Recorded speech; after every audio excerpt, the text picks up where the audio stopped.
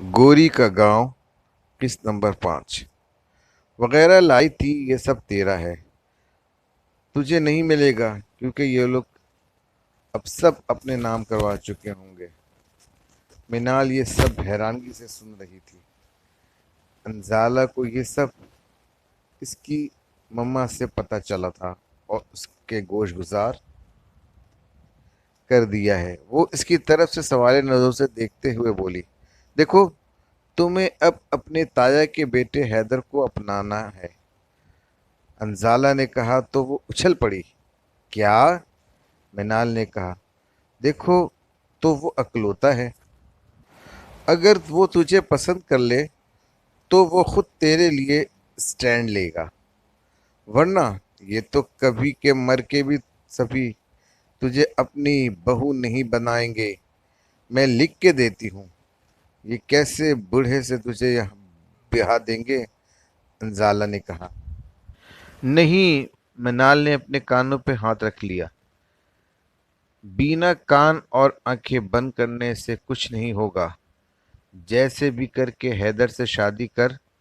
اور یہی آخری لائن اس کی کزن نے سنی اور حیدر کی امی کے گوش گزار کر دی، جس کے نتیجے میں آج وہ یہاں تھی۔ معاذ کے والد بہت بڑے زمیندار تھے۔ انہوں نے معاذ کی والدہ شہر بانو سے پسند کی شادی کی تھی۔ شہر بانو کی منگنی بچپن میں منال کے پاپا عادل شاہ کے ساتھ طے تھی، لیکن قسمت کو کچھ اور ہی منظور تھا۔ میر خان کو شہر بانو پسند آ گئی اور وہ دونوں ایک دوسرے کو دل دے بیٹھے۔ جب ایک جاگیردار کا رشتہ آیا تو سب خوشی سے کھل اٹھے۔ بچپن کی منگنی کی یاد آئی تھی، چٹ منگنی پٹ بیا ہوا۔ ادھر عادل شاہ جو یونیورسٹی میں سائرہ سلطان کی زلفوں کا اسیر ہو گیا تھا، اس کی منگنی سے جان چھڑوانے پر خوش تھا۔ سائرہ کے پاپا نے بھی ایک شرط رکھی تھی کہ وہ گھر داماد ہوگا۔ یہ شرط بھی عادل شاہ نے قبول کر لی تھی۔ ان کی شادی کے چند ماہ بعد سائرہ کے پاپا فوت ہو گئے اور سائرہ کا کوئی میکا نہیں تھا۔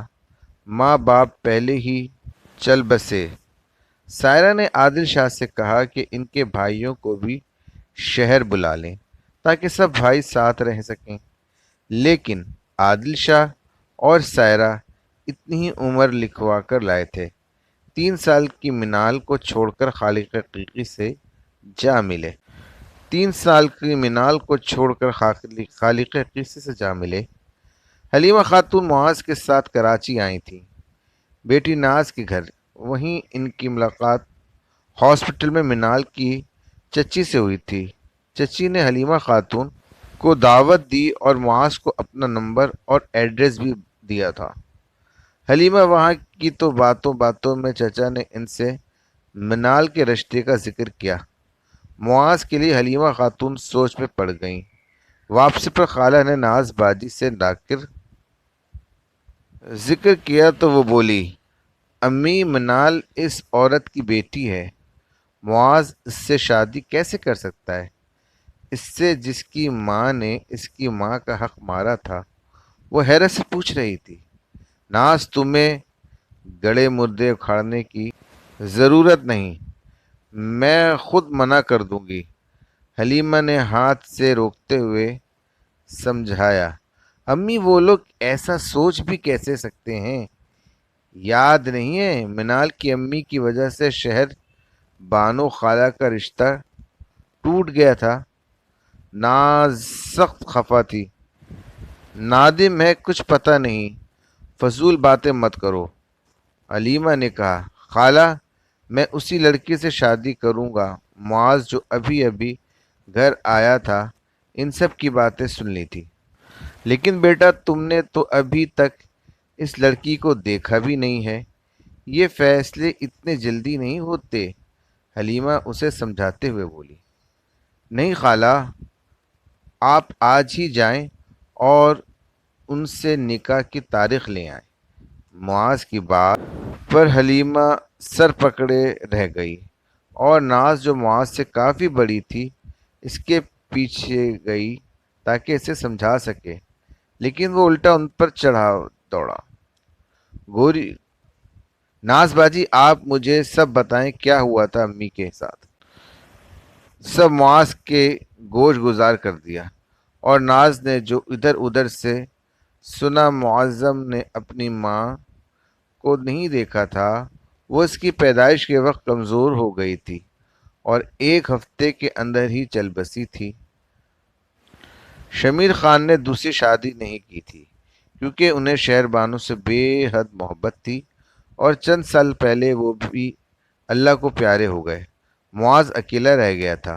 پھر حلیمہ خالہ کا گھر قریب تھا، وہ ہر طرح سے معاذ کا خیال رکھتی تھی، اور جب وہ شادی کرنا چاہ رہا تھا تو حلیمہ بھی خوش ہو گئی تھی کہ اب وہ اکیلا نہیں رہے گا، لیکن وہ بے خبر تھی کہ ناز کی سنی سنائی باتوں کی وجہ سے معاذ کے دل میں منال کے خلاف اعلان جنگ ہو چکا تھا۔ پیچھے سے آتے معاذ نے منال کی ساری باتیں سن لی تھی۔ اسے یوں اچانک آتا دیکھ کر منال کنفیوز بھی ہوئی اور شرمندہ بھی۔ یہ جس اچانک کہاں سے برآمد ہو گیا؟ منال کو دل ہی دل میں غصہ آیا۔ معاذ بنا کچھ کیے کمرے میں گھس گیا۔ سب کے جانے کے بعد دیر تک منال باہر بیٹھی رہی۔ جو کچھ معاذ نے سن لیا تھا، اس کے بعد منال میں بھی ہمت نہیں ہو رہی تھی اس کا سامنا کرنے کی۔ سارا دن وہ اس سے نظریں چراتی رہی، پھر رات کو چھپیر میں دونوں آگ جلا کر بیٹھے رہے، لیکن دونوں کے مابین ہمیشہ کی طرح خاموشی تھی۔ معاذ جو موبائل میں جھکا ہوا تھا، سر ہی نہیں اٹھایا۔ کب سے منال نے بھی موبائل اٹھا لیا۔ معاذ نے نیٹ چلانے کے لیے ڈیوائس رکھا ہوا تھا اور اس میں مہینے کا انٹرنیٹ کا پیکج کرواتا تھا کہ سگنلز یہاں اچھے آتے تھے۔ منال سوچتی تھی کہ یہاں رہنے والوں نے رہنے کا سارا بندوبست کیا ہوا تھا، اسی لیے انہیں شہر جانے کی ضرورت محسوس نہیں ہوتی تھی۔ جو افورڈ کر سکتے تھے شہر میں رہنا، وہ رہ رہے تھے۔ باقی بھی کچھ گھرانے ایسے تھے جو افورڈ کو سکتے تھے، لیکن ان کو گاؤں سے ایسی انسیت تھی کہ وہ گاؤں میں رہنے کو ہی ترجیح دیتے تھے۔ معاذ نے یہاں پر ہر سسٹم بنا رکھا تھا، شہر جیسا۔ بجلی نہ ہونے کے باوجود رات کو سارا گھر سولر بلب بھی سولر کا، اور گھر اتنا خوبصورت تھا، اے سی سے روشن ہی رہتا تھا۔ پانی کا موٹر بھی سولر کا تھا کہ سکون ملتا۔ یہاں بیٹھ کر میں سونے جا رہا ہوں، تم بھی اندر آ جاؤ۔ رات دیر تک باہر نہ بیٹھا کرو، ویسے بھی دشمنیاں چل رہی ہیں گاؤں میں۔ معاذ روب دار انداز میں کہتا ہوا کمرے میں چلا گیا۔ رات کو چھپرے میں آگ جلاؤ تو بہت اچھا محسوس ہوتا تھا، سردی بھی نہیں لگتی اور مزہ بھی آتا تھا۔ منال دیر تک بیٹھنا چاہتی تھی، لیکن معاذ نے حکم صادر کیا تو لیں۔ وہ مریل قدم اٹھاتے ہوئے کمرے تک آئی اور کمبل میں غروب ہو گئی، جیسے چاند بدلی میں چھپ جائے۔ معاذ نے لائٹ آف کی۔ تھوڑی دیر بعد معاذ نے پکارا، منال! معاذ کی آواز سن کر منال کے کان کھڑے ہو گئے۔ یہ جن آج اتنے پیار سے کیوں پکار رہا ہے؟ منال کا دل زوروں سے دھڑکنے لگا۔ منال بمشکل جی ہی نکل پائی۔ میرے پاس آؤ، معاذ نے کہا تو کمبل میں چھپی منال کا دل اب کسی بے لگام گھوڑے کی مانند دوڑنے لگا تھا۔ کیوں؟ منال نے کمبل سے منہ باہر نکالا تھا۔ پتہ نہیں آج اس جن کے کیا۔ تو پیارے دوستو، یہ تھی آج کی کہانی کی 5ویں قسط۔ مجھے امید ہے کہ آپ کو یہ کہانی بہت پسند آ رہی ہوگی۔ دوستو، اگر آپ کو یہ میری کہانی بہت زیادہ پسند آ رہی ہو تو میرے چینل یعنی ڈسکور ورلڈ کو سبسکرائب کریں، میری ویڈیو کو لائک اور شیئر کریں۔